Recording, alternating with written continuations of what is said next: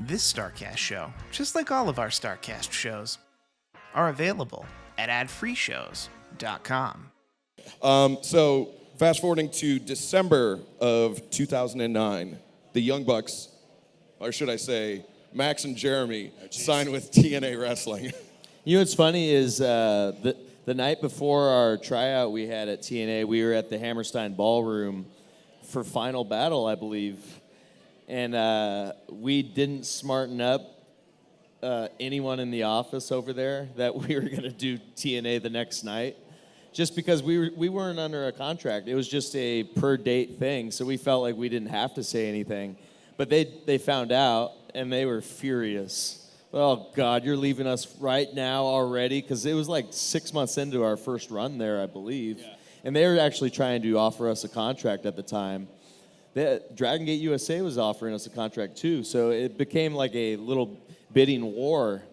So just getting to TNA that next day was such a headache. There's a huge snowstorm, and every plane flight out to Orlando was canceled. So we didn't even think we were going to make it to our tryout, but eventually we bought our own flights. We found a new flight, yeah. Yeah, or something, and we got there right in time for our tryout, and we had a tryout match with the Motor City Machine Guns, and it went great. They offered us a contract literally as soon as we walked backstage. So from there, we're like, all right, it's either this place, Dragon Gate USA, or Ring of Honor, and we just pretty much went with who offered the most money. And it was really a terrible contract. It was a per appearance. There was no guarantee, and we never even had the leverage we felt to negotiate. So we were like, yeah, we'll sign that, and we just signed it. And it was the worst contract probably in the history of wrestling. But you know what? We felt like it was probably the most exposure at the time for us. They were on Spike TV at the time. Yeah, and for our characters, it was the right deal, you know what I mean? I wish we would have. We should have negotiated a little more because we were pretty stupid. We were young and happy. We were just happy to be there. The contract was so bad. I'll tell you guys this: that sometimes we would fly to Orlando, we would have to rent a car, and we would have to get a hotel room and eat. By the time we would come back from some of those trips, we lost money wrestling for TNA. Yeah. Getting national television exposure. Yeah. Our deal was $300 per match. Well, and I had a side job at the time. I was working in a machine shop, and that job sucked. It was like 105 degrees in my little area because I worked in.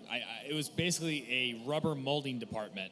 So I used these big gloves that came up here and these hot ovens. And I would burn my arms every day. I still have scars on my arms from this job. That job sucked. So I'd be on Spike TV on. I think it was at the time. It changed some. I think it was Thursday originally, and then I would fly home.